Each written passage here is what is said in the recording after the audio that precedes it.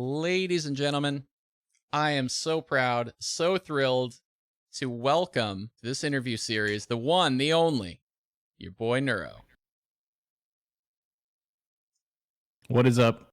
I am not sure if I should have the camera down here or there. I'm using the push-up camera for this because my other camera would have me being vertical or horizontal. I would be the wrong Yeah. orientation for the thing. Mm-hmm. Fun fact, whenever I've invited onto the Pylon show, they see me sideways. You were on the Pylon show once with me. So it takes a little bit of time. You're talking to Neuro on the Pylon show like, "Oh, that's a really well thought out point." And you're looking at me like this. Fantastic, man. No, I think it's fine. It's we get a new angle onto Neuro. You don't often get that. This is the old school retro angle because in the very early days of stream, I did just put the webcam on the desk. Mm-hmm. I didn't have it in any different kind of spot. Now I have basically a dresser that's directly in front of me, and the dresser is holding up two monitors, the big camera that allows me to be visible both standing and sitting for my desk mode, and then I have another desk next to me with the third monitor for Wayfarer stuff. Oh wow, yeah, you got the hardcore setup. See, I didn't think about this when I moved into my new streaming space, and I wall mounted my monitors. And I'm like, shit, if I ever get a camera, I'm gonna have to undo that because you need it like further back, right? Alas. Anyway, yeah, thank you so much for agreeing to do this, man. You have done interviews before as recently as in 2019. Actually, you did two of them. You did one at BlizzCon with Fear Dragon, which is more of a short chat because obviously you guys are at BlizzCon. You got to kind of run back in and get the games. And then you did another one with Triforce Trader, and I'm not actually sure, but it seemed like maybe that one was sort of like you maybe were both streaming to your own audiences. It seemed like he was trying to cater maybe to like all comers, maybe even people who don't know StarCraft super well. Is that right? The Triforce interview was kind of a Neuro origin story. It's part of his series called the Steady Streamer podcast, and he's had Vibe on and other people as well. So it was more of me on his show, and I was not streaming that content. Got it. Okay. Yeah. So for anybody who has not heard those, they're both absolutely fantastic. And if you are here, I assume that you want to, learn more about Neuro. So if you want the origin story and if you want kind of what he was doing leading up to 2019, then I think that is a really good place to go. And I don't want to really duplicate that content. We may touch on elements, but yeah, we're going to be kind of talking about, the story since then kind of thing. We have lived through the gigantic disaster that was 2020. You have, Neuro, you've done tons of content. You've shared a lot of lessons learned on your podcast, The Voice of Neuro, and just on your stream. And man, you're doing a lot these days. You've got shows doing philosophy, politics, D&D, music. You're doing deep dives on topics anywhere ranging from, trading to religion. Man, yeah, there's a lot to cover. Yeah, basically I'm entering a kind of next stage of my development as a content creator in being able to do variety. As a content creator coming up, I was not variety pretty much at all. It was StarCraft Ladder is my bread and butter. It's also my steak and potatoes. It's also my dessert, and it's my breakfast. Like StarCraft 2 Ladder is what I did, and my edge for building up the stream initially was just being online as much as I physically could because I didn't need to work another job at the time, which I'm very grateful to Kukio for. Right. But doing that, really amazing, really awesome. On a personal level, it's nice to be able to do other things. I have interests that are not just StarCraft. I do like talking about this kind of stuff. I love character acting, so you can summon all my different characters with channel points and that kind of thing. The D&D campaign, holy crap, it has been so fun and so good. It's one of the things that I would say has made negative money because you have to invest to make it run. And we're not sponsored yet. We have our first ever kind of promo thing. In about 10 days, we're going to be on the GaryCon official stream doing a one-shot with our D&D crew. Pig, he's a really, really good wizard for us. But he hasn't played D&D before, aside from the first campaign that we did together. That he's really smart and he knows how to act the character in a way that's not overdone and it fits perfectly with our set. Cockeyed Gaming's Ash. She's incredible as well. A lot of people think the British accent that she's doing is real, and then Yeah. they hear her talk on her stream, and they're like, "What? You're not British? Oh, immersion ruined." So it's an apoptosis as a dungeon master, and just generally being able to craft an amazing story that's not too zany. We went from our first D&D campaign into Wayfarers, and we wanted to tune the scale and the scope and the grandeur down Hmm. because most people who are watching D&D on my channel, they're not D&D fans. Like, I'll be Right. honest, I'm a StarCraft branded person. It's StarCraft viewers, and some of them like D&D, so they hang out. It's not like I'm a big name in the D&D scene. So being able to start a campaign with low-level characters who don't have a ton of D&D experience ended up being perfect because it doesn't require the viewer to just know a lot of Dungeons and Dragons 5e stuff. Hmm. This is my first character that I've ever had reach level 4 up from level 1, so I'm learning as I go, and so are all the other players, and that makes the viewer feel like, okay, I can see the process of learning. I'm looking more into the character development and the story than just trying to optimize the mechanics and play it perfectly or whatever. Hmm. I really like to focus more on the story and making decisions that my character would make that maybe aren't what we call min-maxed. Min-maxing is when you see anything that's kind of bad, you cut that as much as possible. Hmm. See anything that's good, you max that as much as possible. That's how I play in some of my like brunt WoW stuff, where Hmm. I'm trying to get the best possible items for my guy. But in Hmm. D&D, who cares? It's Right. rolls. The dungeon master ultimately controls our fate anyway, so you may as well pick something that's interesting and rich for what the character would want to do, as opposed to, oh, well, this would just boost call the most, so I just pick strength every time. Right. Right. Right. Yeah. Yeah. I'm kind of familiar with that sort of way of playing games. I am a very competitive person myself. But I found when I was doing Warhammer on the tabletop, I was kind of able to get into that mindset too of like, okay, maybe I could just like pick units for my army that I think are cool, and it'll have like a cool cinematic like narrative effect, and just let that be what it is. You know, maybe you get a bad dice roll and you imagine what that like what comical thing could have happened that that Mhm. one represents kind of thing. And I feel like it's a nice sort of a nice change of pace, especially when you are grinding competitive games, all the time.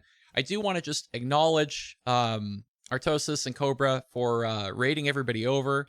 So wonderful to have you all. We just got started with the interview with Neuro here. A little bit of a caveat: he's already kind of done his origin story. He did a couple of awesome interviews, one with Fear Dragon and one with Triforce Trader. So go check those out if you don't know Neuro and sort of his origin story. It's absolutely fascinating. We're deep diving basically 2019 to now.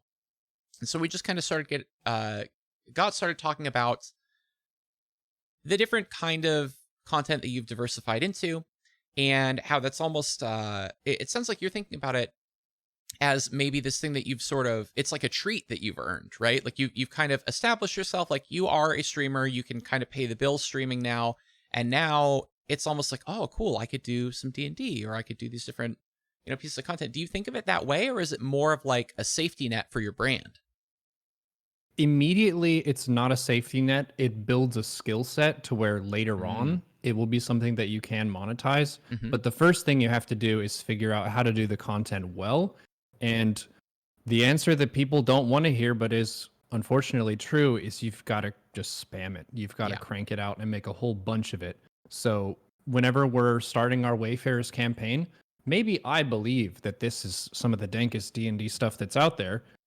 The world doesn't know that, and the world doesn't care. Hmm. And if you want to actually make a living being a D&D streamer, you would need to be doing that just for a very long amount of time, consistently try to polish it as you go and really work hard at it. So I see it as a project that has been consistently building momentum. And if I want to compare this with building the StarCraft stream, I didn't make enough money to even have a part-time job as a streamer until about 3 years in. Hmm. You make nothing at the start. Right. So with Wayfarers or D&D campaign or the classic WoW content, for an example, you make nothing at the start because Hmm. you're not making the content that your existing viewers followed you for. They Right. followed you for your initial brand, and then you want to do something that's different than that. maybe they like your personality and they want to hang out. If not, they came for Zerg Ladder. You're not giving them Zerg Ladder. They're going to go to a Zerg Ladder stream. Sure. And that's fine. And I think it's a challenge as a creator to not be discouraged by that. Because you want to believe in your content, but it's not for everyone, and you need to love people in the pursuit of what they want to go see. So it shouldn't be like grabbing people and saying, guys, please watch this stuff. If you don't want to watch it, I really don't want you to watch it. Go browse whatever dankest meme your heart desires. There will be people who like what I'm doing, and if I enjoy what I'm doing, then I'm going to keep doing it anyway. Right. And that's kind of I would say the driving force. The way that I was thinking about it is building a stream and creating content and making progress is like a ship that's just being pushed by the wind. It's not a rocket ship. There are these lucky stories of someone who collaborated with someone or they got some huge raid and then they hit the big time really fast. Doesn't happen to most people. Most of the time, you're some very rickety ass boat that's just barely able to navigate the seas of Twitch. You can run it and you can keep it going for some amount of time, but it's not strong and it's not fast. You just need to keep going and not sink. And that's basically the day-to-day is making a little bit more forward progress in whatever you're trying to do.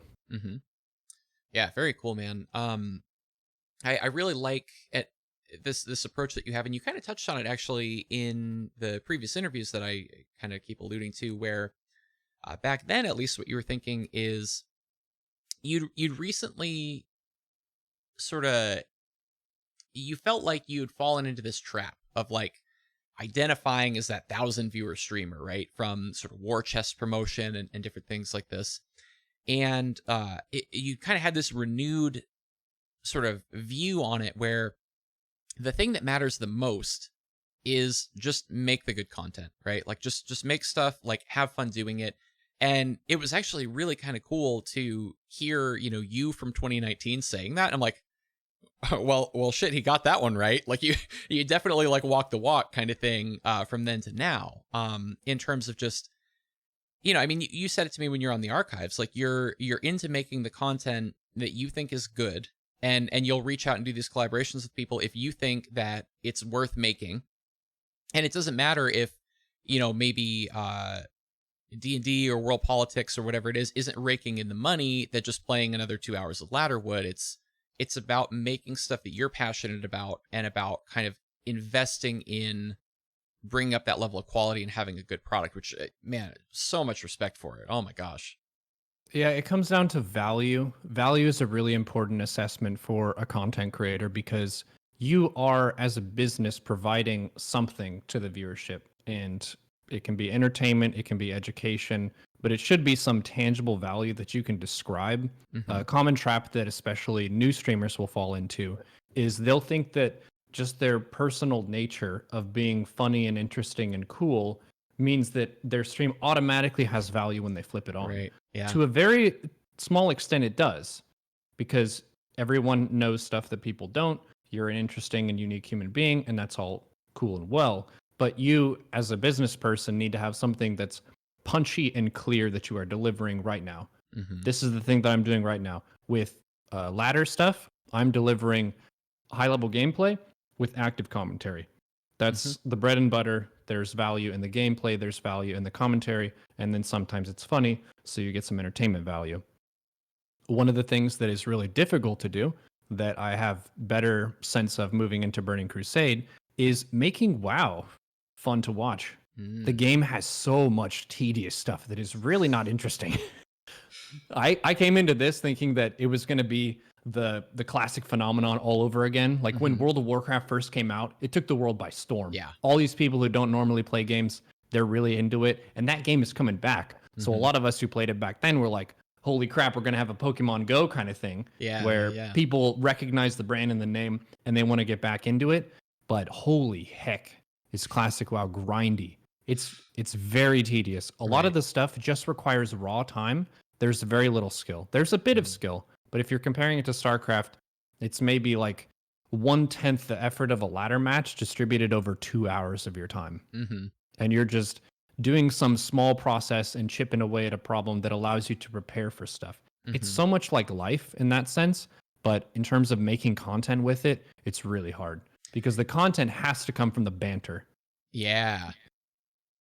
As a stream and even for YouTube videos, you want to be very aware of the audio feed and what's happening. Something should be happening in the audio feed all the time. Hmm. You should be making a joke, you should be talking about something. For small streamers, it can be difficult when you don't really have much of an active chat yet, but you Hmm. should still be saying and doing stuff because it's going to hook the people who are tuning in. Or maybe you talk about something that people care about and then they pipe up and start talking in the chat. Hmm. But yeah, classic WoW, it takes a ton of time. For one, I'm really relieved that Burning Crusade is coming because it has a lot less of the tedium. Mm. Can I just explain my Friday to you? Please, yeah. Let's Okay, dive. so Friday is a day off for me, which we'll put day off in quotation marks because it's basically brunt prep day. Okay. Our main raid is Saturday. That's when we fight the toughest bosses and we're trying to fight new stuff that we haven't fought before. Friday, I have to make sure I have all my potions. I have to make sure I have my sharpening stones. I have to make sure the Brunt's gear is all repaired. I have to make sure that I have all the correct gear actively on my inventory so I can carry it into the raid. I need to make sure I have enough bandages, enough potions. I need flasks. I need all these different items as the main tank, which is the first person who gets hit by the boss. Hmm. I have to have all of my inventory and stuff gathered together. And then I basically do a world tour of buffs. I go to one location and I get 3 buffs from that area. And then I get summoned over to this other location and I wait and I have to check Discord because they coordinate when these things are going to happen. Yeah. And they'll say in Discord, okay, the next one's happening at this time. But then I get killed by a group of 5. So I have to run as a ghost back and I miss that drop. So I have to track White Main Discord, which is the server that I'm on, for when Yeah. the next one is going to happen. This process can take about 5 to 6 hours if you're unlucky. So it basically eats a day. Hmm. And in Burning Crusade, they're removing that whole process, Oh which wow. is Okay. thank the gods. They did remove it back in the day, but that's an aspect of being a classic main tank that I had no concept of Yeah. because we didn't do that back in vanilla. That wasn't a thing. You didn't even know that that was an edge that you could take. Hmm. But people had been playing against the Yeah. Blizzard TOS on private servers for a long time. So Hmm. they figured out these are actually really strong. And if you bring your whole raid with these, they're way stronger. To Mhm. give you a number estimate, you're not quite doubling a warrior, which is the class that I play, but Mhm. you're multiplying it by 30% in terms of Wow. power. Okay. It's Jeez. huge. Yeah. Yeah. More so than player skill, which makes it frustrating. Right. From a StarCraft perspective, Classic WoW is very frustrating. The PvP system is complete garbage. It requires you to quit your job if you want to get the max rank in PvP Mm. by how many hours you put in. I'm not talking skill. I'm Right. saying even the best player who wins as much as you could from an individual standpoint, Mhm. they just have to put in 12 hours a day for Wow. 2 weeks. Brutal. Yeah. So I chose not to participate in that. That's why you don't really see much brunt PvP. And the process of leading a guild, I think, is the next big item that's been happening over the past year or so that I don't think you and I have talked too much about, Mm. but it's been an immensely humbling experience. Mhm. Leadership, when I think about leadership, I think about Leonidas from 300 having huge abs and kicking ass and having moments of glory. Right. Actual leadership is a bunch of people complaining about not getting enough of what they want. Mhm. It's very different than it looks in the movies. Yeah. So when I was thinking, hey, we're going to play Classic WoW, we're going to have a guild, we're going to knock out content, it's going to be the best. Just put 40 people in a room and see what happens. Mhm. There will be like 2 to 3 fights that break out. There will be someone who feels left out and they're really sad. There's a person who's leaving, they quit. And then there are 3 people who want to join, but you can only let one of them into the room. Oh man. Classic WoW leadership is amazing. I feel like you could write a book just about that alone because it's not something that happens in the gaming world aside from this game that I know of. Mhm. Having the 40-person raid limit. Modern WoW has 25. Overwatch teams are 6. Mm-hmm. Dota and League of Legends are 5. Mm-hmm. You've got these different social group sizes that you have to manage and make sure everyone is on the same page. We're all moving toward the objective together, and we manage our morale and treat each other well. 40 people, dude. 40 hecking people, dude. Yeah, It's an ordeal, but man, I've learned a lot from it. So I have a bunch of gratitude for personal growth mm-hmm. doing this leadership that translates zero into money. This is investment of time off stream where 2 people got in a fight and I need to talk to both of them individually and see where the conflict is, try to resolve it. Amazing human personal skill. It's one that doesn't really get too much praise because you want to try to, at least my strategy is I want conflicts to be resolved as completely and peacefully with as little noise as possible. Mm-hmm. I don't really like being like, look at this person here, they fucked up, everyone say Right. shame, shame. That's Yeah, not my yeah. strategy. I try to let people preserve their dignity if possible. And did I ever talk to you about the officers we kicked? No, okay. So here's what I've heard. I know that there's been a couple of rounds of drama, and I know that there was sort of a philosophical divide between we want to be try hard badasses and get all the content and have everybody do all the right things and have the right items and so on and so forth, and then people who are kind of just like, well, hey man, I just sort of wanted to be in a guild with Neuro. Is that okay? That kind of a thing. That's about all I know. That was the schism. There was what in the game is called cloak and dagger bullshit that happened, where they were using toxic tactics to make a bunch of our players feel bad and talking shit behind people's back and that kind of thing. So some bad conduct involved, but there was that philosophical divide that ended up being part of the reason that there was friction in the first place. I see. Some people did want to go the min-max route. Other people really wanted to just relax and play the game. And we had a turnover of about 6 people as a result of that. Wow. Okay.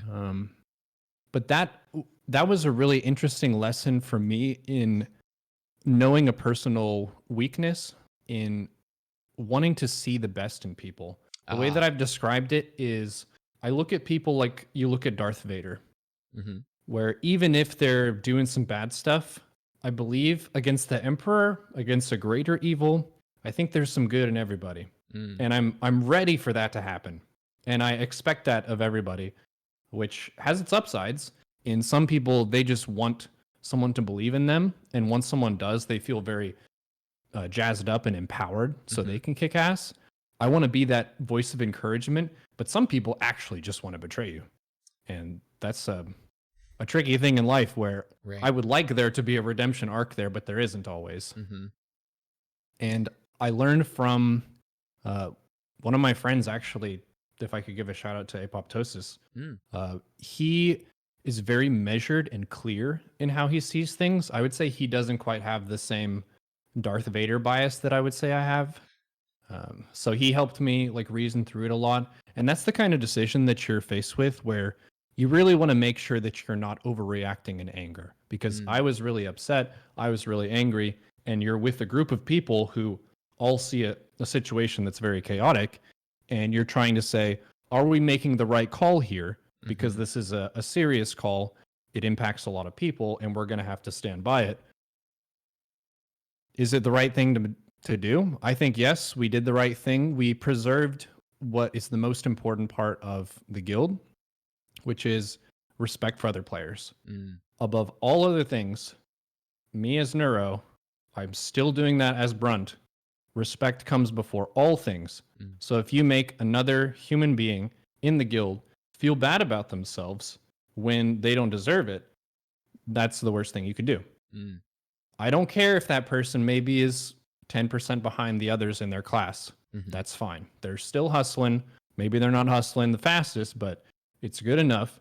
And they should feel welcomed and cool in this environment. So by making that call, I got to protect the guild, but I also got to stand by my principles with it. Right. As a player for Brunt with his gear and the skill, I could basically be in any guild that was like really try hard. I have the stuff. I know how to push the buttons fast and play StarCraft. It's not that hard. Yeah.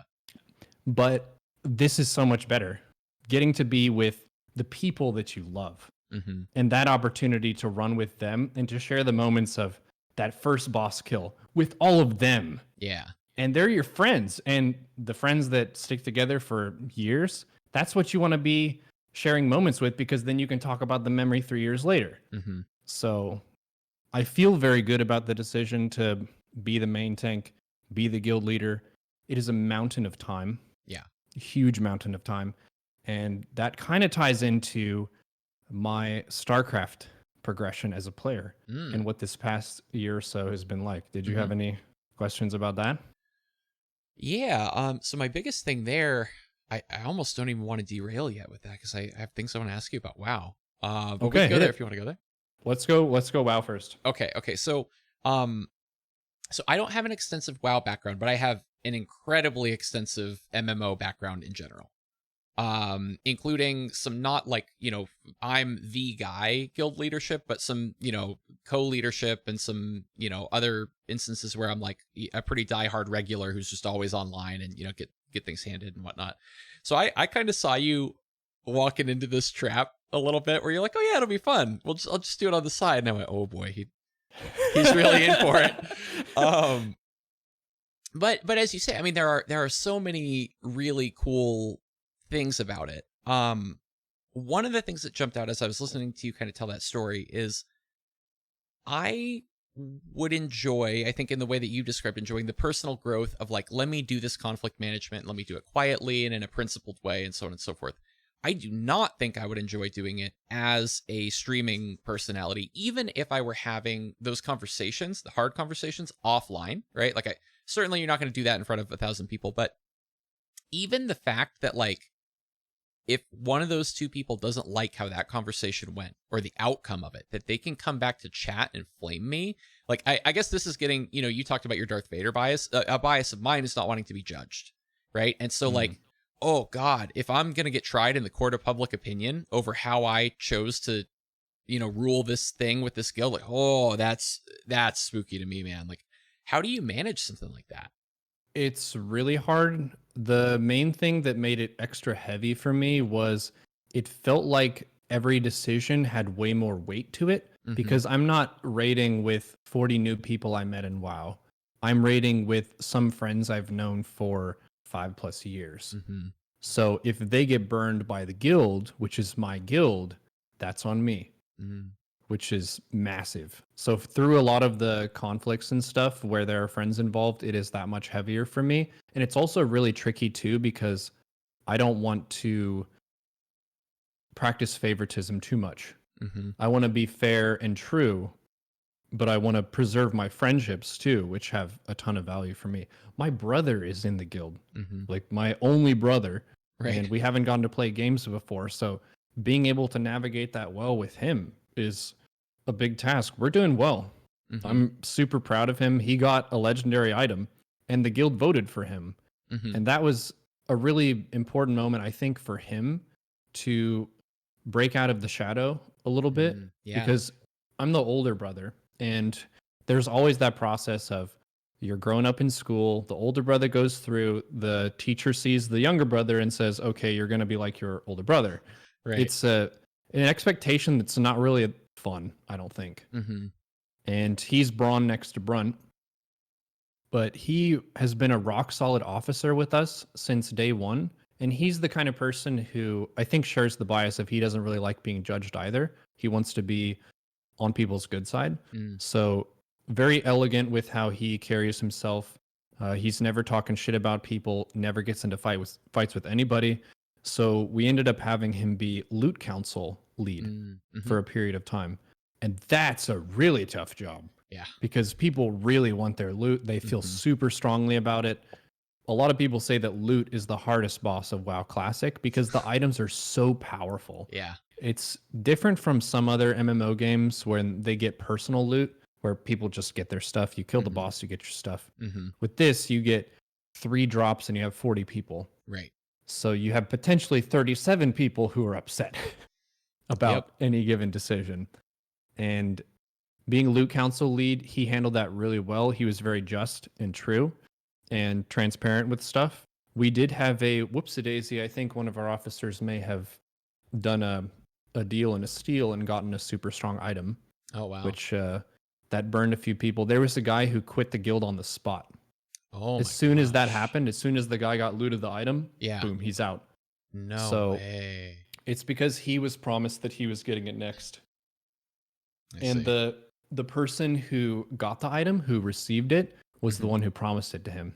So that was like a really wild social play Oh that man. I ended up having to do detective work after to find out that that even happened, because Jeez. I wasn't on the loot council team Right. at the time. Like, we decide who does it, and I try not to be having every single hat on. I want to Mhm. trust my officers to do their thing. Right. So You I kind of was have in to. loot council, but that happens, and a lot of loot councils in the game are corrupt because why wouldn't you be? You Right. control the flow of the loot. You think your friends deserve it because they're working hard because their officers next to you, so you give the loot to your friends. And some people will feel like they're just left out in the cold while Mhm. everyone else is getting powerful stuff because they're not cool enough. Right. And the coolness factor is a really interesting social phenomenon that values charisma super heavily. Mm. It's super Interesting. heavy as a stat.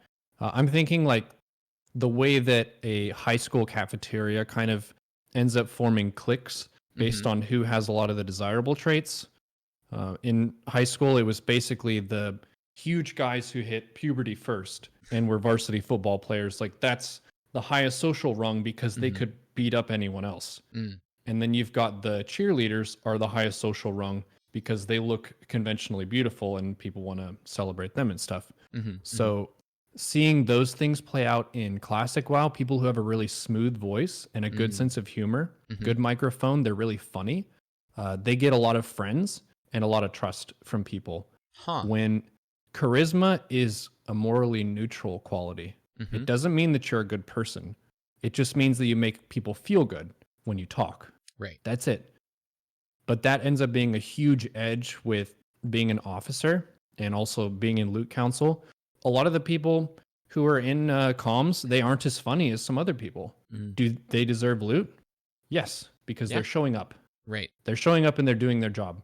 It's not a cool kids club of, okay, this person's the coolest, so he gets this. You're the second coolest, so you get the second item. Right.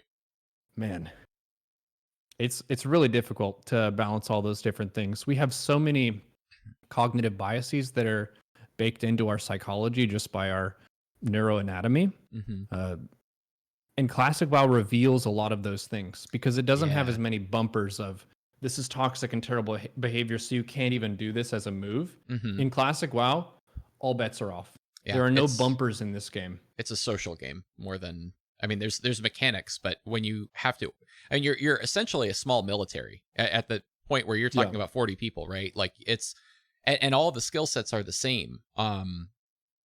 A thing that I don't think that you brought up, but that maybe folks in chat who maybe are StarCraft people may not understand is, even kind of deciding who those 40 people are, right? So like, are more than 40 people allowed to kind of hang out in the group? Or what if people have an alternate character, right? And they're trying to, now do these things. So like who are the 40 people and on what characters even is a difficult decision.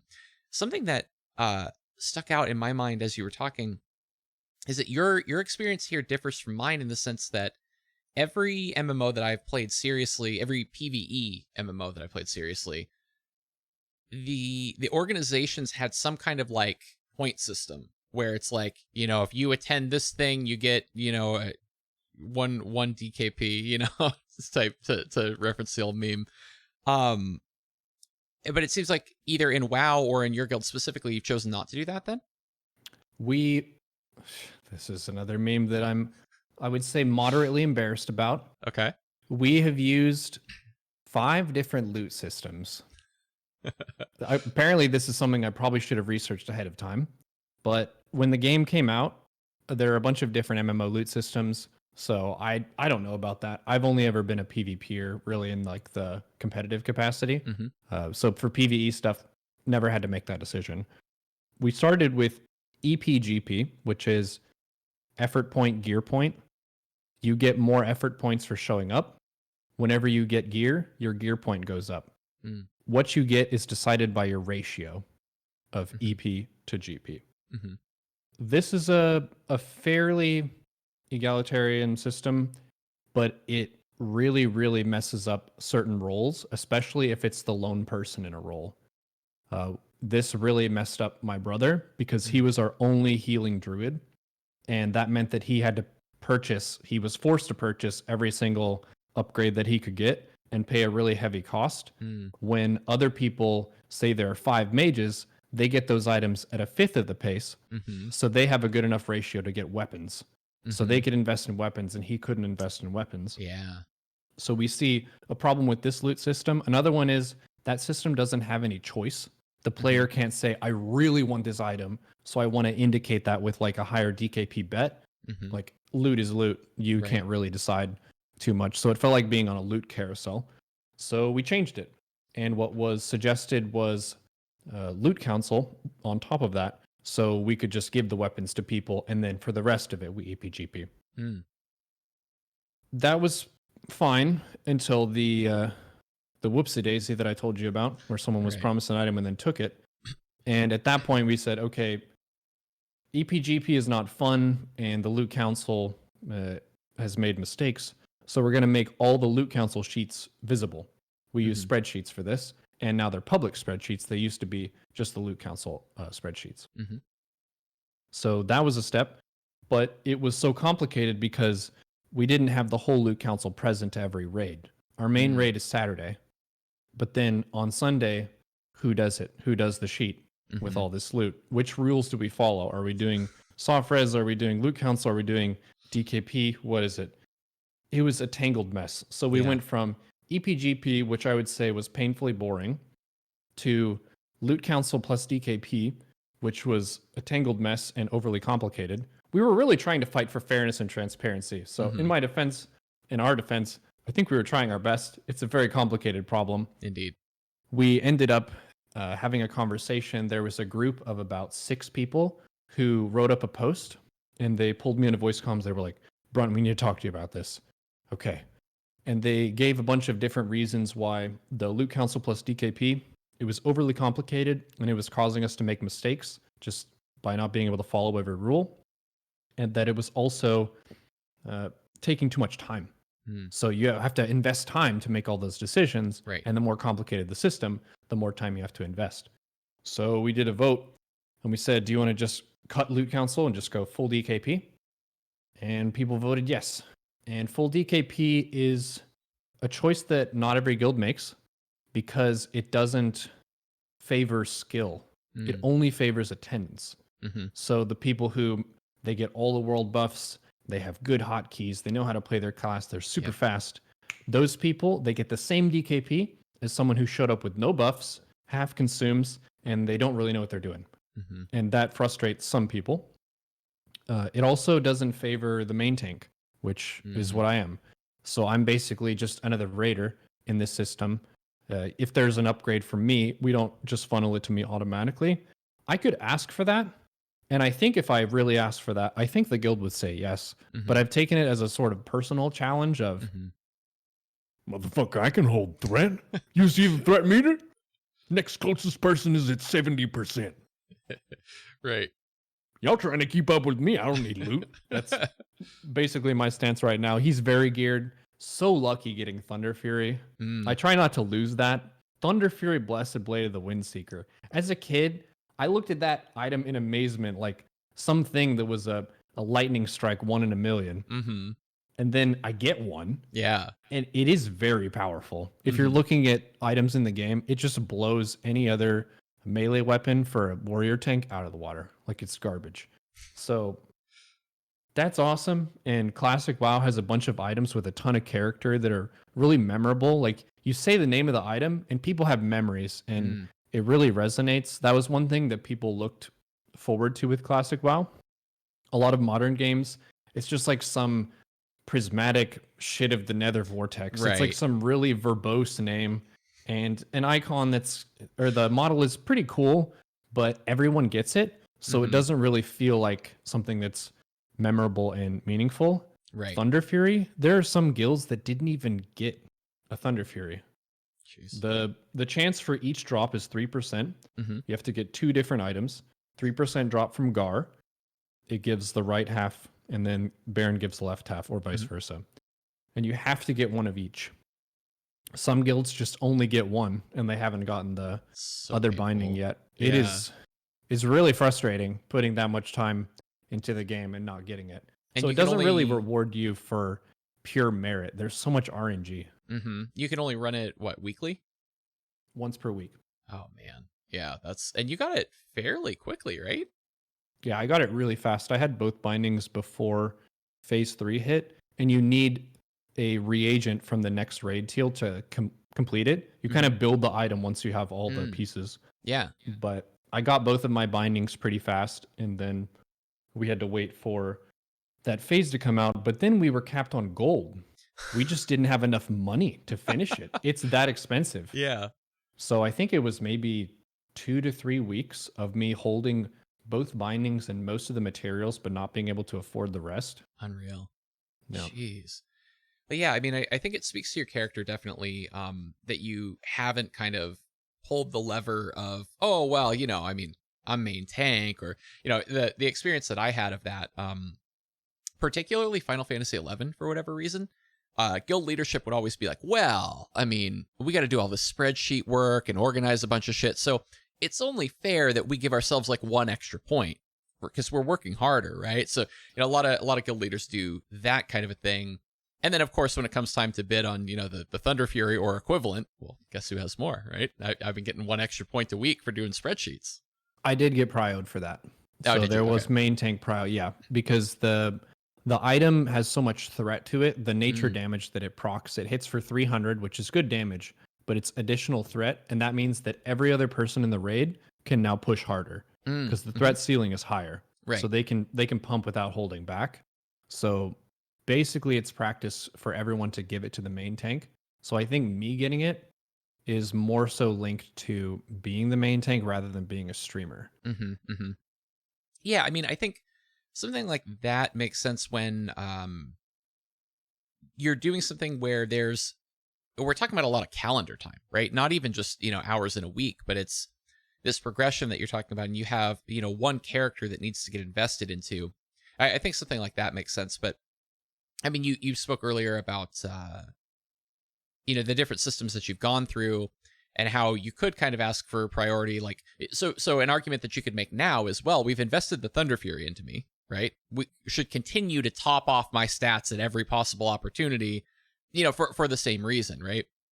So yeah, hats off to you for, not kind of going that route. And, yeah, just for taking this all on. I mean, I think, it would have been very easy for you to hit the moment where you kind of go, oh shit, this is harder than I thought, actually. And there's like some real like human stuff going on. And this is, at times painful and whatever. And you easily could have been like, hey guys, look, streaming's my livelihood. I need to kind of step away from this. And like, I don't think anybody would have faulted you or really had much of an angle there, right? But you didn't. You took it as this opportunity to say, no, okay, I can actually learn and grow, and I'm doing this with my friends anyway, and I want for everybody to have a good time. So yeah, man, huge respect for taking all that on. It sounds like a lot. Thank you for saying that. Yeah, I don't usually get the time to articulate the weight of guild leadership. There's a guild leaders channel in the White Main Discord where I can talk with some of them a little bit, but it's very interesting, and I think I have a really enhanced respect of leadership of all types across the board after doing this.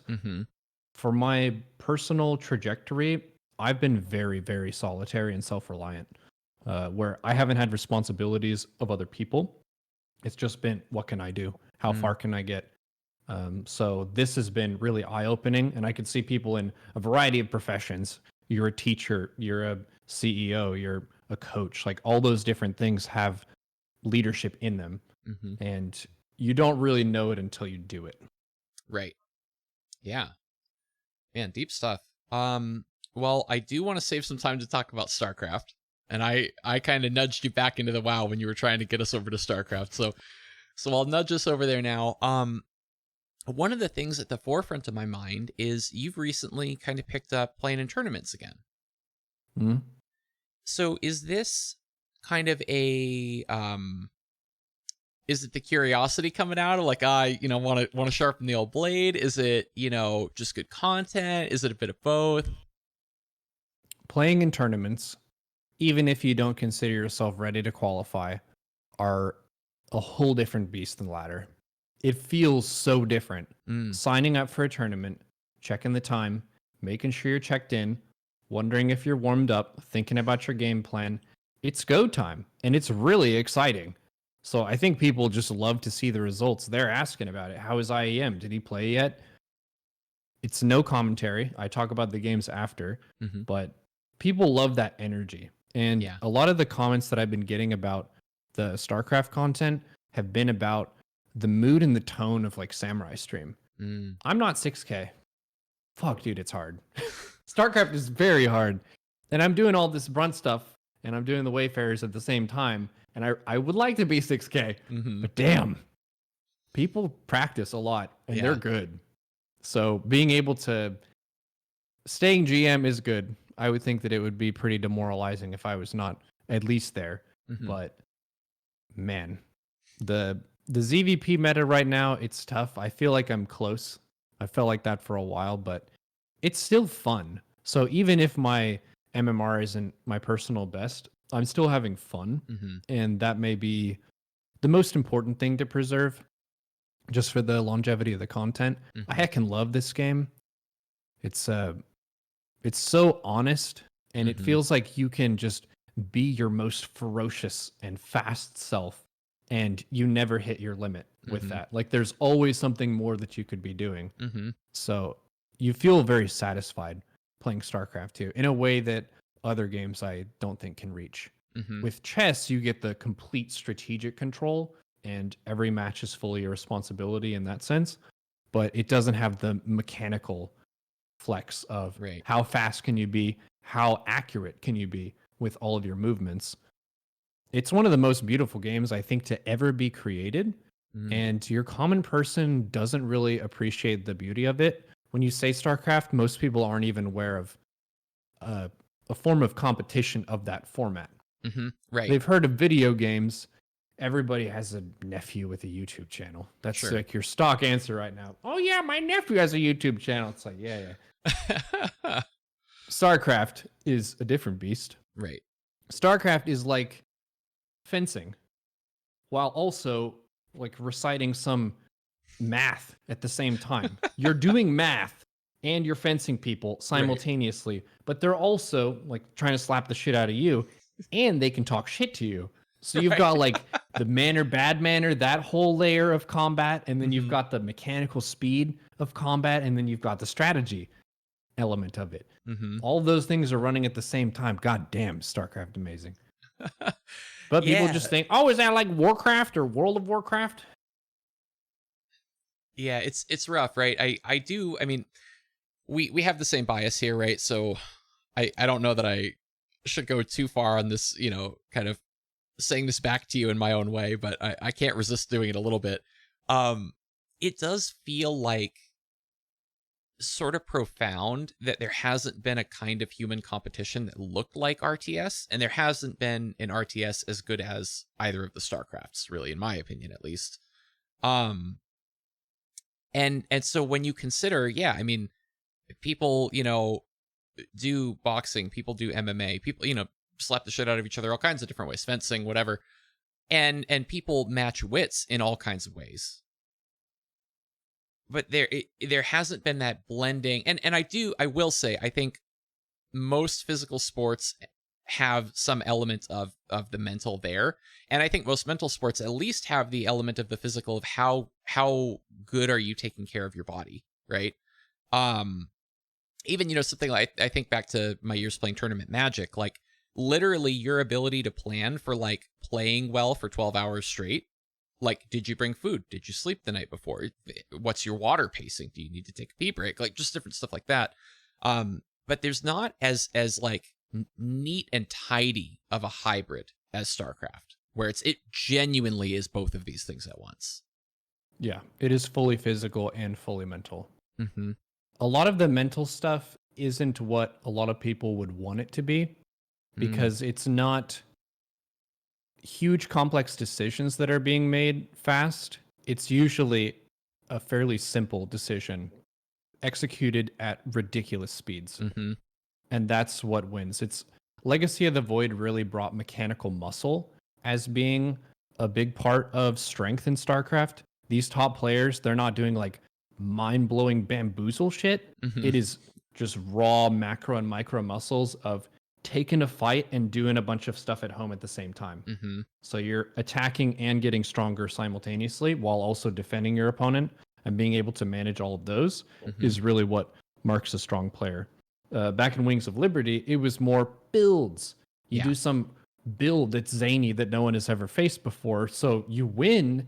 You played maybe very poorly from a macro power standpoint, but your opponent was unable to stop what you were doing. So you won. And with Legacy of the Void, Hatchcast pool every game. I do go pool first against some people in the Book of Cheesers, which that's also to the credit of the cheese community. They have designed very obnoxious and powerful builds for years, and they've reached a level where you can do them every game, and they are so polished that they have a chance of winning even if you know they're going to do it. It used to be that cheese was like I hope they don't find out. Now Turkey Dano, he just beats the shit out of me. I know he's going to do it. He puts it right there and he kills me. Right. And I go pool first, and I didn't stop him this last time either. So cheesing is very valuable and very strong, up to, I would say, at least a 6.2k level. I think you can cannon rush beyond 6k. I actually Parting don't does know it. who's the highest. Parting though, Parting takes lessons, literally takes lessons from the so-called cheeser community. Like, he's not even probably as good at it as they are. He just can macro out of a failed cannon rush a little better than the average kind of, and he understands the sort of principles, right? So I've got, some printf tutelage in my background as well, right? I understand sort of the forbidden geometries, but yeah, when I watch Parting do it and I watch other people do it, I'm like, okay, he's been taught. I don't know by who, but somebody taught him, like, because the Korean scene just doesn't, it's not a thing. Like, you watch them cannon rush, just, why the fuck are you putting that? Like, I know not to do that. What are you doing, right? Like, not to say that I'd win those games, but like, it's the Bruce Lee of I fear not the man who's practiced 1,000 kicks one time. I fear the man who's practiced one kick 1,000 times. It's that for builds. And that's why the Book of Cheesers is so powerful.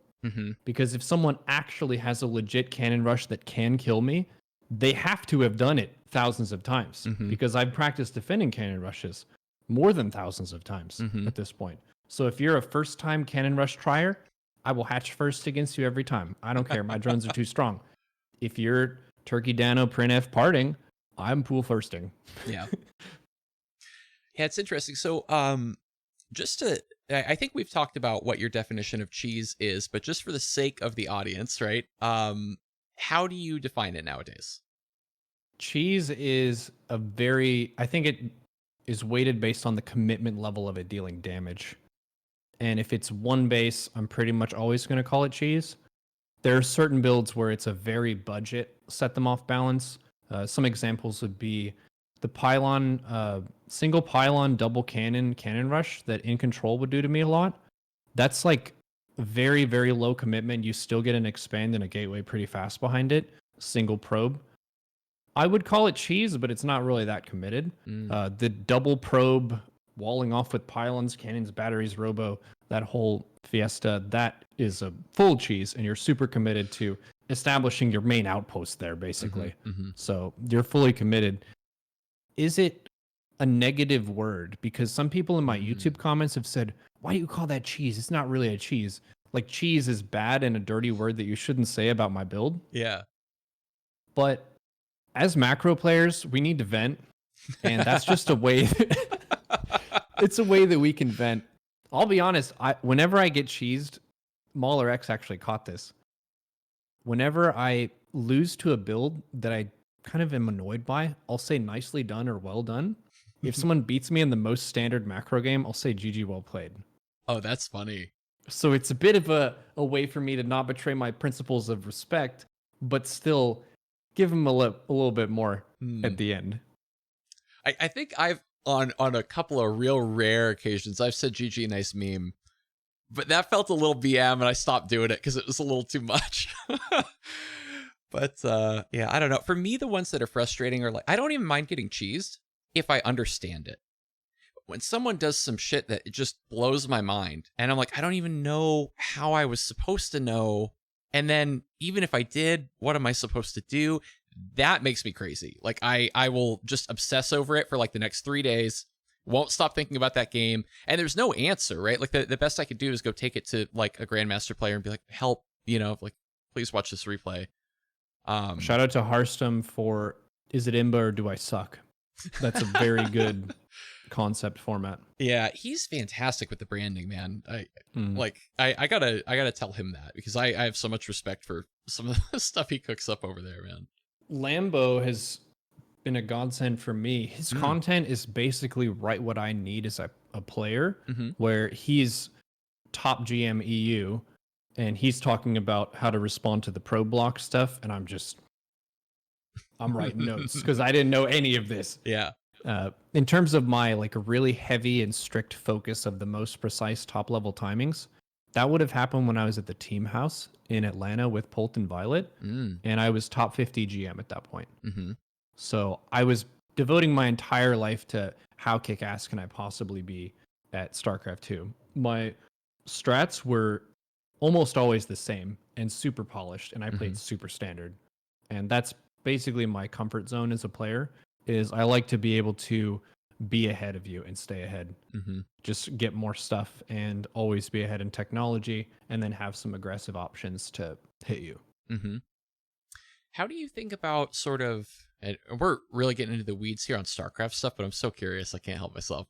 How do you think about this sort of burden that you take on as a player saying, yeah, I want to go deeper into the game. I want to go deeper into the game of, you've talked a lot before about sort of the branching tree structure that is the game, right? And looking back at that first mistake, that first place that you effed up, not battle cruisers or imba or carriers or whatever. Supply block at 36. That's yeah, it. Yeah, exactly.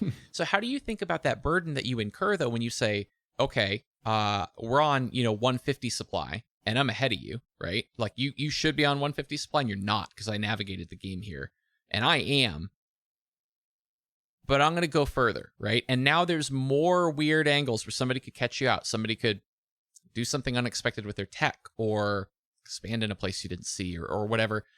Like, how do you think about just having to take on learning that big of a tree? It's more like boxing to me than like thinking through the decision tree.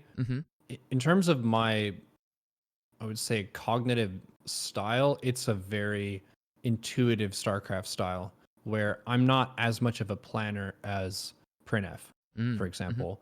He has a lot more of his like numbers and things mapped out. I just want to be faster than people, basically. And playing in a fairly standard and unexploitable way where they see, oh shit, he's going Lingbane Hydra Lurker. Okay, like that's Zerg. Good luck. I don't like my strat to be exploitable, and I think I already played poker like that. I played solid. So my StarCraft Zerg style is technically the same approach as my poker approach, for fun fact. Yeah. But with streaming, stream cheating is a real thing, and I have been confirmed stream cheated off of in the past. So I have no reason to doubt. Like, I'm giving them that advantage. You can open up your opponent's stream with 2-second delay. Sure. And they can see everything they're doing. So that means no Nida surprises, no tech switch surprises. A lot of the fun of strategy in the game gets negated. But if I'm playing in the most solid standard way, they still have to keep up. Because I'm just going to do the stuff where they can't kill me, and I'm getting stronger over time. It's interesting. I never considered that, that like as a streamer, I might need to think about that. But I guess, I don't know. I'd like to think that I'm not good enough for it to matter. Like in the sense of, I mean, who out there is ranking an account to the middle of diamond to like, get one over. Hey, you know what? If you want it, more power to you, buddy. Like, hey, it still happens. I've been talking to some friends who are getting stream sniped recently. Really interesting. Yeah. You'll get a hater sometimes, and they'll figure out who you are as a streamer. They know that they can beat you, and they visit you for maybe 6 to 8 matches on some nights.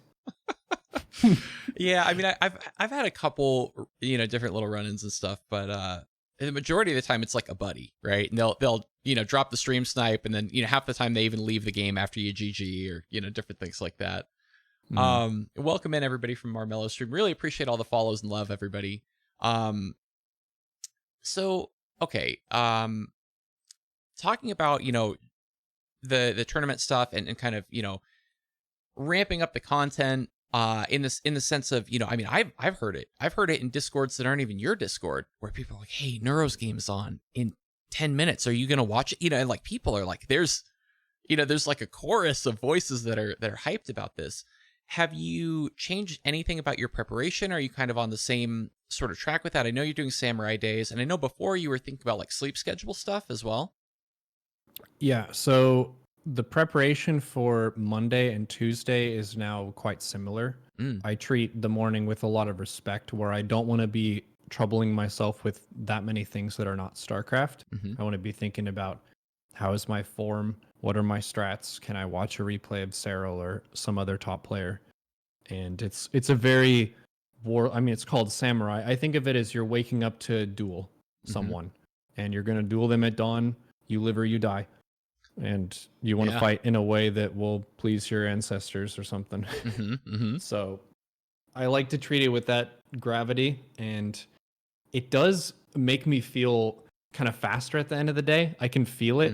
Sometimes I'll tank a Blackwing Lair in Classic on Brunt after I did Samurai, and the keyboard just feels so easy, and I feel like the game is just super slow and it can't keep up with me. So being able to get into gear with Samurai, a big part is about cardio. Getting outside and moving some, and then between games getting up every time. That's such a strong move. Man, if I could give like a mindset trick that will automatically fix a ton of your stuff, it's actually getting out of your chair between every game. Stand up. If you can go outside, bonus points. If you can get a drink of water, bonus points. Just getting away from the situation allows you to process that last match that you had and drop a lot of your residual tilt. The main, like, the way that the shit piles up is your first match, maybe you won, maybe you lost, you were kind of frustrated with yourself, it was kind of annoying, but you're fine. Second match, you got fucking cheesed and you just didn't scout it, and you just feel really dumb and mad at the opponent at the same time. The frustration from the first game and that game are still with you. You rage queue into game 3, you get the same person, but they don't go for the cheese and you over defend, so you're behind and you lose again. You're even more tilted, and so on. Yeah. But if you get out of your chair, you can kind of say, like, I said this on the Pylon show, I'll go out on the balcony and be like, fuck, Australia server. And then I can go back in and I feel refreshed and ready to go for the next match. I got it off my chest. So we're good. Really getting the residual tilt out allows you to focus on this match right now. Right. Very cool. Yeah, I still haven't tried that one. I definitely did take the sort of Samurai concept to heart, and change my stream schedule around so that I could have a day where it's like, all right, you do whatever you want to get yourself prepared. You don't have to wake up and immediately stream, right? You want to have 17 coffees and do a workout and watch a bunch of streams or whatever it is, right? But like, get yourself ready, and then we're going to battle. And it did kind of make a difference, but I haven't tried the get up every game thing. I'm definitely going to do that. For stream content, it's a minus. Sure, yeah. People handle it, but I would say it's not going to be like a plus where now you're more successful as a result of doing that. It's a good reminder. So if you take a break, then oftentimes they have an opportunity to take a break as well. But we're kind of in a sitting epidemic and we don't know it yet. Because we can now sit for almost every profession, or lots of professions now. Right. You can sit for very long amounts of time, especially with people working from home. So being aware of, humans are moving creatures, like we travel. The reason that we're in all the continents of the world is because we walked most of the way, which we're very energy efficient with that kind of gait. And that's how we have evolved to exist. But we sit for the whole day. I'm guilty of this. I should be running and walking more than I do. It's just so nice to be comfy. Right. So why would you? Yeah, exactly. Oh man. So changing topics a little bit. I want to get into some memes because I've very much been drilling you on sort of the serious business stuff of leadership and competition and preparation and all this stuff. But you always, for as long back as I can remember, have built your brand around all of that, right? And being like, hey, I'm going to give you all this stuff, and I'm going to do damn good at it. Better in my opinion than almost anybody out there, like touching sort of mindset content. Like, for me, man, you're it in terms of that. But you also do all kinds of hilarious shit. um how do you think about blending that and weaving that together in a way that feels compelling and coherent for people? I'm just a silly person, and Mm, silly people are silly pretty much every day. Just it happens naturally. So I think it's kind of a part of who I am. I wouldn't really say that I intentionally set out to entertain in that avenue. It's just something that I do. hmm. Like I did the Homestar Runner, the Smeagol impressions before being a streamer. It wasn't like oh, I have an audience, so I'm going to do impressions. Yeah. My brother and my family had to put up with this for my entire childhood. So now the viewers get to put up with it for me. Mm-hmm. Thank you. Makes sense. And so, do you have any kind of sort of theater or like improv background? Did you do any of that kind of in your life prior to streaming? Yes, I did musical theater in university. Oh, nice. Okay. So, Yeah. I guess that'd be at least like a handful of years then worth. 2 to 3. Mm-hmm. Was that like a just kind of like a hobby thing, or was it actually like you were like getting credits, or how did that I work? was I was on stage singing and acting. Mm-hmm. Nice. So I got a lot of part roles and a couple lead roles. Wow.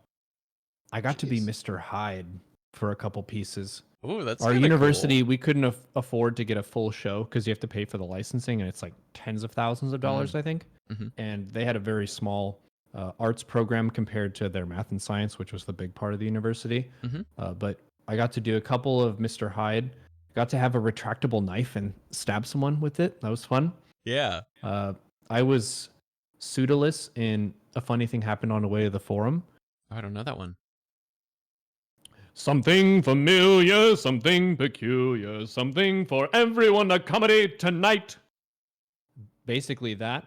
It's a Yeah. patter piece, so it's not opera singing with a ton of vibrato. It's more rhythmic and fast. Mm-hmm. And that's the kind of stuff that I think I was the most gifted for. There were some people there who I would pretty objectively say had a better voice than me Mm. in just the tone and quality and the resonance and their vibrato.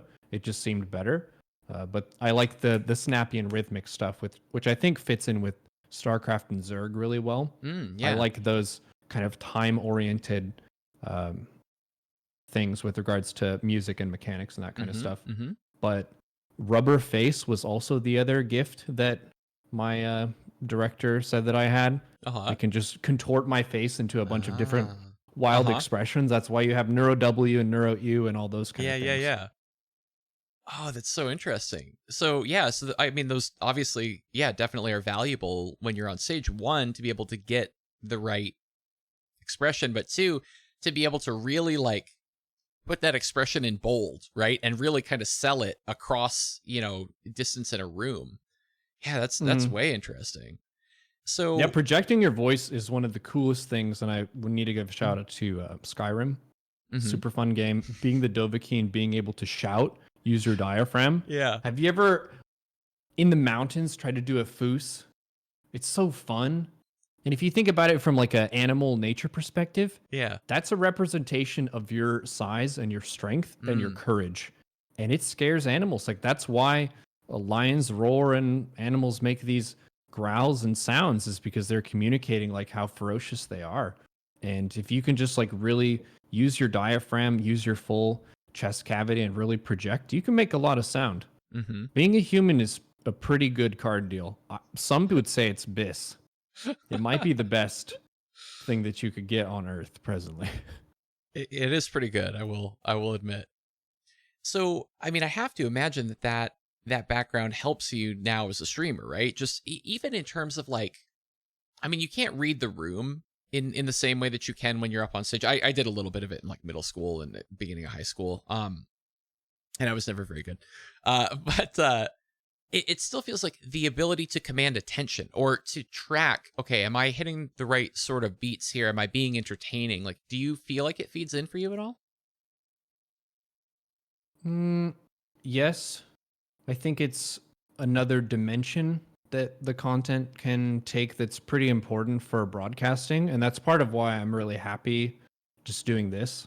Like, I don't feel like I'm streaming for a bit, but I really want to do this instead. So I'm going to try to be making designs over there. Mm-hmm. This is awesome. I feel like I get to be fully myself. I thought and this is part of the reason why I didn't pursue a PhD in cognitive science. I felt like a lot of the physical aspects of myself wouldn't translate into being published in scholarly journals. Mm-hmm. Where's the epic micro battle that I had against another GM and then I crushed him in a tournament? Like, that would never have happened if I did that. So being able to game and do something that I felt like I could accomplish that's uniquely me, man, StarCraft was the way. Yeah. And I'm really glad that I did. And part of the reason I made that choice was age. I think that I can publish journals when I'm in my 60s. I don't think I can make those plays in my 60s. Yeah, no, that totally makes sense. So kind of off topic, but I'm just a little bit curious. So you grew up in Texas, right? For the most part. Yeah. And I know that you did like football and stuff in high school, and then you kind of went to college like a bit early, right? While you were still kind of like high school age. 2 years early. Yeah. Was there like, did anybody look at you weird for being the football kid and also the musical theater kid? Was there like cultural like baggage, stigma, like, oh, you can't do that, all kind of thing? In this academy, everyone was weird. So Okay. I actually, it was kind of a funny deal because it's the top 200 in Texas get to go to this. And you have to apply and you need to have a super high GPA, a bunch of big extracurricular stuff, and really good application and all this. And I had all this stuff, and I was basically the jock at this academy because I was also a varsity athlete. Yeah. And these were mainly nerds. So I went from a very different environment. Like, I was in an environment where I was an upper mid football player. I hadn't fully expanded yet. Basically, I got my man body when I was about 18, was when I fully filled out in the chest and stuff. But some kids, they sprout up when they're 13 and they're just suddenly a beast. And he's charging you down the football field.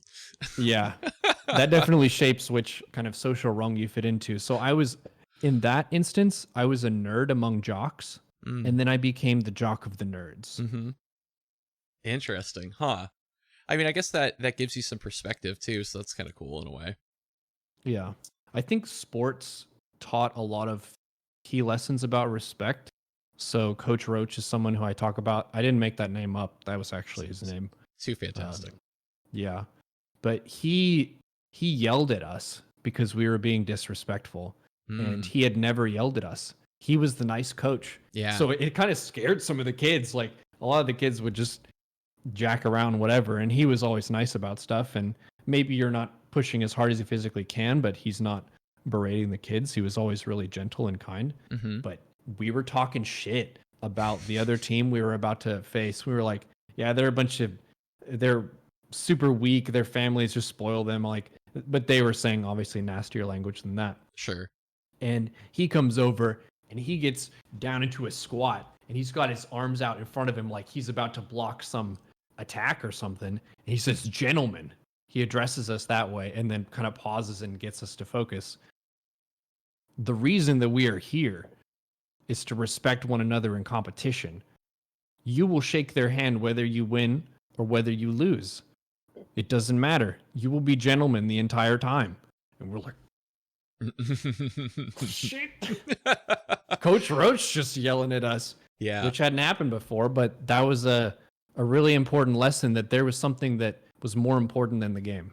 And it was seeing them as fellow human beings. Tribalism is very strong. Yeah. And I think that's part of the bias, is our school versus their school.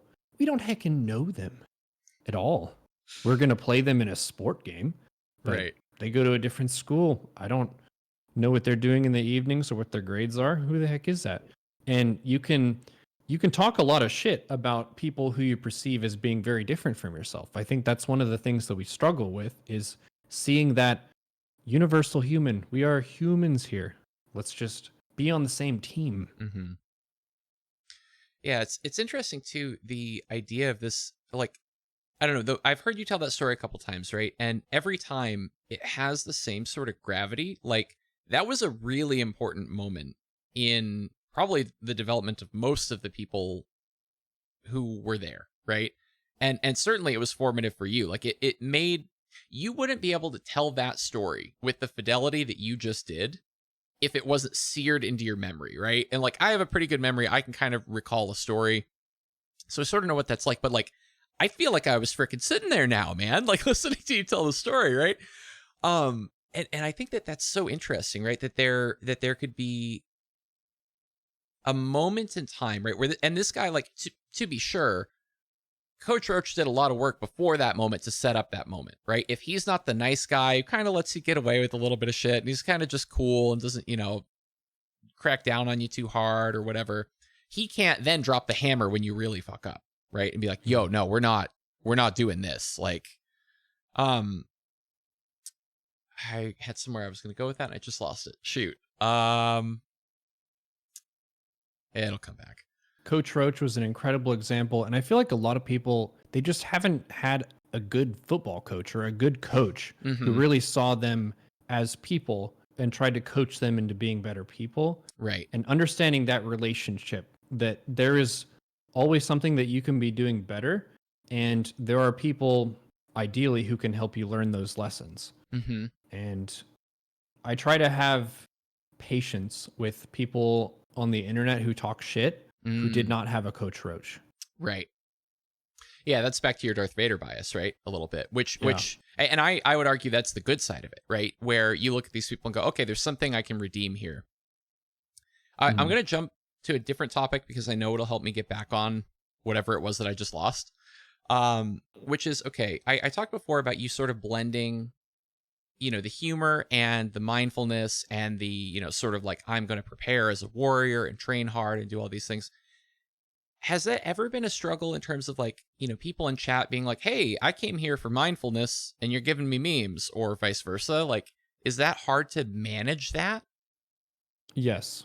That's one of the things that is a consistent drag, I would say, is people disliking particular parts of the content. You have the global attacks, but those are just typically generic trolls who just want to rustle the broadcaster. That's kind of their objective. So in that situation, I don't usually feel personally offended because they've initiated a kind of social combat with me where they're in the chat now taking issue with you. Right. And that's like a thing. So I see it more of as a game when they do that. So I don't really feel like you're really cutting deep into me. The places where I'm vulnerable, it's not hard to figure out because I say it on stream. Like the stuff that really gets to me, I try to be really transparent and human about stuff. So if you're being shitty, everyone can see it. So it's also that the community here is so strong and is respectful to each other that if someone is truly disrespectful, it really stands out. And want to give a special shout out if you're one of the people who's posted one of those comments where someone talks shit at me and then you're backing me up and there are a couple other people who do, like that feeling as a content creator and as a person is huge. Yeah. Because we have negativity bias where if we have one bad thing happen, one good thing happen, we feel more bad than good. Yep. Usually. Losses hurt us more than gains feel good. So for a creator, one good comment, one bad comment, whoo, you feel bad. Yeah. It's like it feels like it's a failed sort of project or you're failing as a creator. It's just natural. Like you can always logically look at a comment and say, well, clearly that they're being shitty for this and this and this. But as the direct recipient, it feels bad every time. Yep. So hang in there, fam. Yeah, it's hard to override that, like, the human animal piece of it where it's like, oh, somebody just wanted to be mean to me. Like, I didn't like that, and even if you're like, I understand why they're doing this and like the sort of like, grown up part of my brain is kind of seeing that it doesn't help somehow. I just remembered the thing I was going to say. So okay, actually, it kind of ties into this well. With, people being shitty in chat, right? Do you feel like you get any of those Coach Roach moments where, you can kind of have an influence in people's lives, whether it's the troll or the bystander looking at the troll? Yeah, it happens pretty often. You call that a teaching moment, Mm-hmm. where someone messes up in a useful way where the room can learn a lesson from it. Mm-hmm. Those are the best kind of mistakes. And sometimes the person takes it well and they say, oh, yeah, actually, okay, that makes sense. I'll keep an eye on that moving forward. Mm-hmm. That's a massive win. Mm-hmm. So in that sense, I've generally told that moderators, whenever I'm being personally attacked, I'm fine with that. If I'm engaging with that, like we can banter, that's Mm-hmm. fine. If they talk shit about neuro community people, right to jail right away. Yeah, makes sense. Yeah. Very cool. So where do we go from here, man? I mean, I feel like, okay, if I had achieved everything that you have in streaming, right? I'd be like, all right, cool. Let's just kind of protect this and let's just keep it going, right? Are you in a mode where it sounds like you're trying to ramp up your own skill sets, as we kind of talked about, diversifying content earlier and things like that. Are you looking to sort of only ramp skill sets? Are you looking to ramp audience, money, make sure you can keep doing this? Is it a longevity thing? I basically need to diversify and expand right now. Mm-hmm. Being all in one given thing is dangerous when that one thing fails. Mm-hmm. So the elephant in the room with this question is StarCraft 2. What is Mm. its fate? We don't know. Right. It's not in as good of a spot as it was 3 years ago. Mm-hmm. So being able to articulate what types of content you make and where the revenue is coming from is really important. The main point of gratitude for me is that the StarCraft community has so much passion Mm-hmm. that I don't doubt their faith in even a second that they would want to watch ladder games for the next 10 years. Right. Or 5 years. Mm-hmm. 5 years at least. The game is rich and awesome. And the heckin' tournament games recently, it's so hype. It's really it's good. so fast and the plays are so bada bing, bada boom. The game is in an incredible spot. Mm-hmm. So to an extent, if I can use one of my millennial powers and be offended, I'm offended that the world doesn't realize how good of a game this is. Yeah. Yeah. Y'all need to be heckin' checking this out. But a lot of people, they hear StarCraft 2 and they say, it's too fast for me. All kinds of, when you talk to other streamers and stuff, you say StarCraft 2, oh yeah, that's really hard work. Mm-hmm. Yeah, that game's hard. I tried it once, used to play in 2012. Oh, it's too much for me, man. How many times have we all heard it? Yeah. Yeah, so that's the baseline for me. And then if you're thinking about directions, right now there's the D&D direction. Wayfarers is cruising. We're 25 episodes in. With StarCraft, I just did my 50th Samurai replay pack. Wow. So I do a replay pack of the wins from Samurai Stream on Tuesdays and ship that, and then write a report about the session, how I felt, how I slept, what any of my particular points of emphasis were, and what I learned. So that's another kind of milestone. And then the next big expansion will be Burning Crusade. And I have a to-do list. My to-do list for Burning Crusade is a tank guide of every dungeon on normal and heroic with Brunt. Wow. So Brunt is going to teach people how to tank warrior.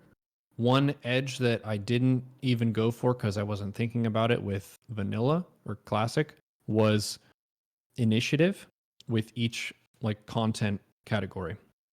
Meaning as soon as the content is available, people are going to be trying it and they're going to want guides. Yeah. I was approaching classic with how good can I be at this dungeon? Do I feel like it's good enough to make a guide? And that's where the ship it at 80% concept came in.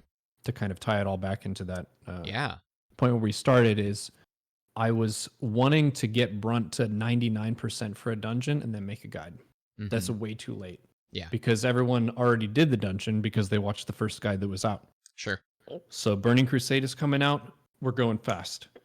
I'm going to level up really quick with Brunt. It should only take maybe 3 to 4 days if I'm no life in it, which I will. super fun because you Yeah. get to grind dungeons with your friends for we were doing 16 hours at a time. Oh, Who wow. knows what we'll do this time, but we're going to be going in there with Nax gear, which I did not do back in the day. I didn't even get to play the BC launch, so we're going to slam through that stuff. It's going to be legendary and really fun. We're going to do a lot of videos probably of that leveling process. There's an initial video of Brunt's leveling up to 60. Mm-hmm. So it's all kind of in that narrative of his character. Mm-hmm. Brunt is a character that I'm really proud of. I've felt a ton of gratitude that the guild puts up with that. As a concept, like me RPing as Brunt almost all the time Mm-hmm. when I'm with guild is like, I'm not sure if people like that. It's definitely not something I've heard of happening very often. Yeah. How many people do you know are like role playing a character for extended periods of time? Mm-hmm. But with the character in the game, it makes sense and it's really fun. Yeah. Are you So- going to do the guides in character as well? Hell yeah! I love it. Oh, that's so why I'm good. called Brunt.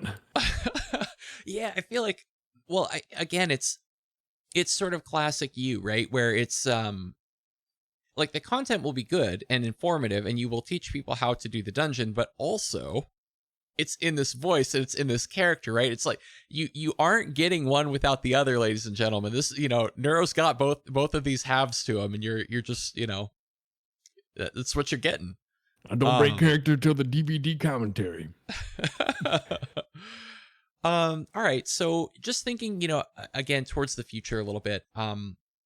Obviously there's, big, kind of noise and spectacle this week about Sunspear's Kickstarter launch, and a super classy move by the folks over at Frost Giant as well, to like retweet and promote all that stuff and say, hey, by the way, just to be totally clear, this is not our game, but we are pushing this because it's RTS, right? I mean, there's some stuff coming. So how are you thinking about that? Because I agree with you.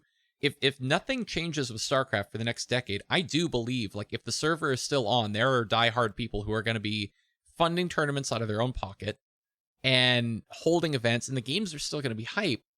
How do you kind of navigate that? Because you've got this massive StarCraft audience. Do you think people will just be on board if something's good? The thing that maybe hasn't been mentioned as a point of excitement for Gates of Pyre would be the lore.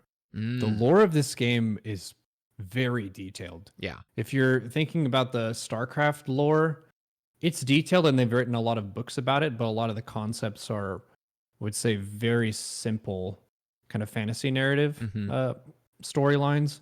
The different factions that you can play in Gates of Pyre are really different from each other. And they're not as like stereotypical kind of alien character like Protoss, the advanced alien race. Like you have a lot of advanced alien types. Protoss is very that. Zerg is very much like the ferocious space creatures, which there's also that archetype. Gates of Pyre has a lot more in terms of just how it feels unique, which I really like. You can read a lot in the game too, I would imagine. There's the guy who does the lore for the game is a beast. Some people, they just drop universes when they think about a game or something. Yeah. And with a space sci-fi game, you kind of have to. And it's really incredible. So I'm looking forward to that and kind of immersing myself into just the fantasy of the game. I do it with WoW too. Like the format of the game is cool. So I'm also kind of interested in that in addition to the mechanics and all that of the 2v2. Yeah, no, that totally makes sense. Interesting. Very cool. So basically you'll kind of try it. You think, it's going to be cool. It's going to be hype. People are going to like it. And anybody who likes watching you play StarCraft is going to like watching you play that, essentially. And I also want to give a shout out to Jack Attack, who I lived with in the team house in Georgia. And he has an amazing builder's mind with the way that he designed the core hotkey layout for StarCraft, which I still use. It's very ergonomic and efficient. He basically designed it to where you need to move your hand the least amount of distance to accomplish everything. And the way that he can approach a game community, it feels like Gates of Pyre it's an opportunity for him to really just show how much ass he can kick. Yeah. So very cool. Big fan.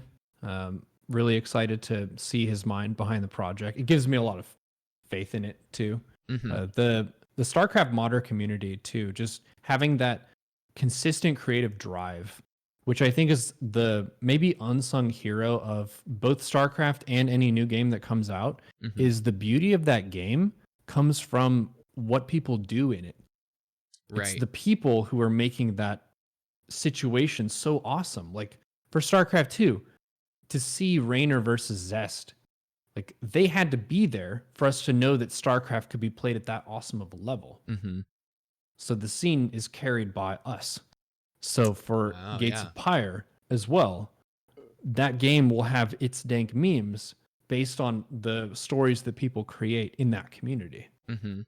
I think people maybe focus too much on the devs, Hmm. and this is what the game is. Right. The people are also like what the game creates. Hmm. Yeah, in an interesting way, right? Like the devs can sort of theory craft, right? And they can play test and they can try to exploit things.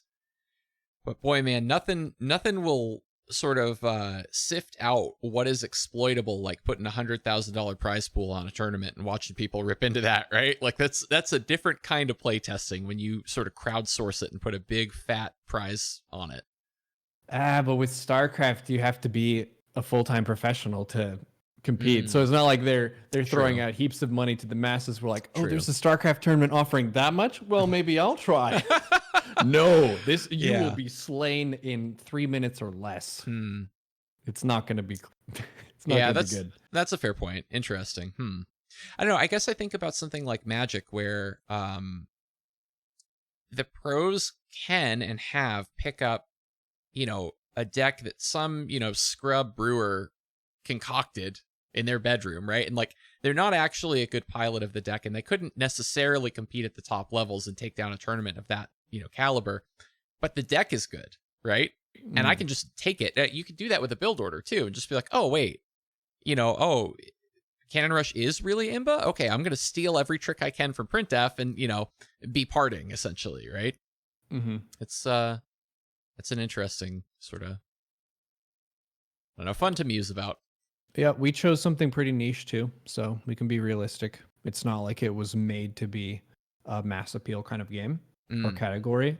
And that's part of what makes RTS people really hardcore, Mm-hmm. is they're not chasing the flavor of the month thing in that capacity. They want something that is solid and rich. It's Mm-hmm. very engaging for the mind, super difficult, and when you lose it makes you feel like shit. We're StarCraft players and we keep playing this game. Right. Yeah. Yeah, that's interesting. I guess I hadn't considered that either. That it's a more difficult job in a way to be sort of that flavor of the month streamer than to say, okay, StarCraft might not be the game that is putting up the biggest numbers this week, but damn, is it consistent, right? And yeah, the people who love it really, really do love it. I'm very interested to see where we do go from here, as like there's just so much on the horizon that's so promising for RTS. Yep, the spirit of RTS endures. The people on the Frost Giant team, holy smogglies, I've heckin' hung out with most of them for many hours through various events and stuff, and they're Mm-hmm. incredible people Yeah. who know what good RTS is. Mm-hmm. So it's not like we really have anything to worry about. The correct people, they're on the job. Indeed. Hang on. Yeah, it's gonna be good, man. And Cool and games are being made. yeah, and not that really, like, as you say, StarCraft isn't in the same like amazing spot it was 3 years ago. It's not in a bad spot. We're seeing some really hype games. See, I feel like we're I think the transition, if it happens, is gonna be a really nice one. And it might even be the kind of thing where it's like, I kind of want both, man. I kind of still love me some StarCraft, but I like these new RTSs too, kind of thing. Yeah, it's definitely a classic, and it's the kind of game that you really don't want to ever drop. And even after you do drop it, it's still very watchable. Uh-huh. That's one of the best things too that I think is better than games that get patched more often and in Mm-hmm. bigger ways. Is with StarCraft, you can leave for longer periods of time and come back, and you still can tell what's going on. Mm-hmm. Mm-hmm. So that's a big plus. Uh, man, I tend to go deeper into games than broad. So Mm-hmm. like the variety flavor of the month streamer type is very distant from what I really want to do. Mm, yeah. I like slowly moving into categories. Mm-hmm. So getting one D&D campaign going and just kind of maintaining that. Yeah. When I play Dota, I do a similar thing where I'll focus on a very small set of heroes and try Mm-hmm. to get really good with those Mm. instead of try everything. Mm-hmm. It's a personality thing. Yeah. Are you still doing Dota actively? I know you were dabbling a while back. No. No, Gotcha. main tanking takes up too much time. Makes sense. So your games are pretty much StarCraft and WoW. That's kind of it because the time commitment is so huge. Endless Space is the other one. Endless Space 2. Okay. Agent Smith gifted it to me, Uh-huh. and it is super fun. You can Huh. blow so much time in that game because you're building a galactic empire, Mm-hmm. and you get a turn. And during that turn, you can move your spaceship. You've got a scout and like a life ship where you can expand. And then you have your unique system you start with. You have to level up your technology, invest in science, military, economy, all these other different directions. It feels like all the macro of StarCraft and more, Mm-hmm. but it's turn based. Mm-hmm. Nice. Yeah, And I feel like usually play PvE. uh-huh. Yeah, a lot of us have that like turn-based game that we go to, I feel like in StarCraft. Many people are like, okay, I can't do this for any more hours today. Like, but I Yeah. still want to think and strategize. That's really neat. Awesome, man. Well, what things of yours can we promote here? I feel like, I've taken a big chunk of your evening now. I learned a ton, so thank you. GaryCon D&D on the 27th of Okay. this month. So that will be not this Saturday, but next Saturday Mm-hmm. at about 6 p.m. Mm-hmm. Yeah, Pacific time. let's get a strong showing, everybody, for the Wayfarers crowd. It's gonna be everybody, right? The whole cast? Yes, we'll do a one shot. So it's not going to be a piece of our main story. It'll Mm-hmm. be our characters in a Okay. situation where they don't need to know the story. Oh, that's fun. I like Yeah. that. So like a lot of people would, I think, maybe be like, okay, we're just going to be new characters or whatever. But yeah, that's so cool to leverage. Like you all already have kind of the different dynamics between the different characters, your little go-to bits and different things that you can do. Like that's really neat. I love that, man. That's so cool. Mm-hmm. We've Awesome. got the Discord. We have an Ask Neuro channel. So if you want to ask me a question about anything that's within TOS, you may do that there. We've got neurozerg.com, built by Handsome Tom, who I met with in a podcast discussion about Christianity and Mormonism. Mm, And believe it or not, there is another Christianity discussion that's coming up in about 2 weeks. there you go. Yeah. Not We're afraid going to to do the talk deep with dive. a theologian, so someone who has graduated seminary. Oh, wow. Interesting. Yeah. So Yeah, we're trying to balance it out because I got some comments from Christians and non-Christians, and it was a conversation with a non-Christian. So Sure. get the other side of the perspective. Yeah, I'm very thinking interesting. about calling it and framing it as sharing perspectives or something along those lines, maybe something a little bit snappier or jazzier than that. Mhm. But the idea is I'm not debating the guest. I'm hosting the guest who is telling me their story and how they think about what they think about. So Yeah. this next one will be going into the Bible, talking about who wrote it, when it was written. I was told by Mahler X that one of the things this guy knows a lot about is what was happening in the world in that region at the time of Christ's life. Mhm. So understanding the historical context of the text. Yeah. I do not believe, and I told the pastor this, so we'll be going into it knowing that. I'll have some questions for him. But religion is really interesting to me, and I feel like if you can have a sober and respectful and kind conversation, you can have a great conversation with people with different beliefs than you. Mhm. And those can be Yeah. some of the best. Yeah, it's so informative to find out like, okay, somebody else came to a different conclusion than me. Why? Right? Like and maybe not even like what were the reasons and am I persuaded by them, but it can be informative simply to know where the signpost in the road was that they took a different turn than me, right? Like not even why, but what was the decision, right? Which pieces of this are important and can direct me to door number 1 or door number 2 kind of thing. That's really fascinating.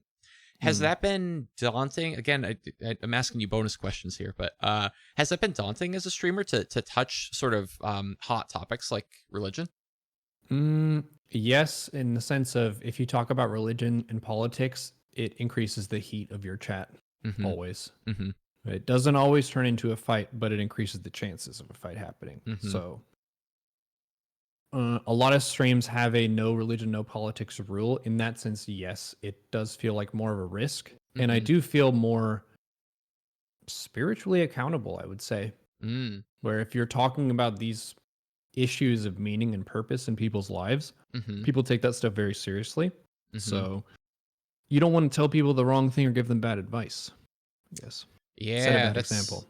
that's interesting. It's kind of, again, that similar to like the burden of the leadership, right? Where it's like doing right by your guildmates, doing right by your viewers in a similar way. Mm-hmm. Oh, heavy stuff, man. But I'm glad you're doing it. I think we need a blueprint for a streamer that knows how to navigate that. And man, I don't know how at all to approach something like that. So I'm really glad that you're taking that on. I think that's really cool. And I will definitely be tuning in. Hell yeah. It's fun stuff to talk about. If you can be nice while you talk to people, you can talk about all kinds of stuff with them. Turns out, this one simple trick. Well, I just can't talk about this with them. Have you tried being nice? Right. Yeah, and taking a stance of asking more questions and understanding why do you think that, right? A lot of people just approach it as, all right, the objective is convince you of how I see the world, and if we're both coming at it that way, it doesn't do us any good. Yeah. One of the main issues that people have internationally right now is thinking of the outgroup as dumber than them across the board. Mm-hmm. That because we are on this side of the political aisle, all the other people are, by virtue of them being not in our party, are dumber than us. Mm-hmm. And that's a really bad attitude for making progress and making compromise. Mm-hmm. You should be able to understand the nuance of the other side and why a smart person would choose the other side and give them the benefit of the doubt in that capacity. And you can really bridge a lot of gaps and just kind of look at the ground below you and see the local problems that you share and then work on that. It's kind of like refining StarCraft, where you want to start at the most obvious, clear, shared problem that you have and then drive in that direction really hard. Yeah, makes sense. Awesome, man. Well, I know I tore you all over the place with my questions tonight, so thank you for hanging in there as I, ran this way and that. It's fun. We can move. Yeah. We can box.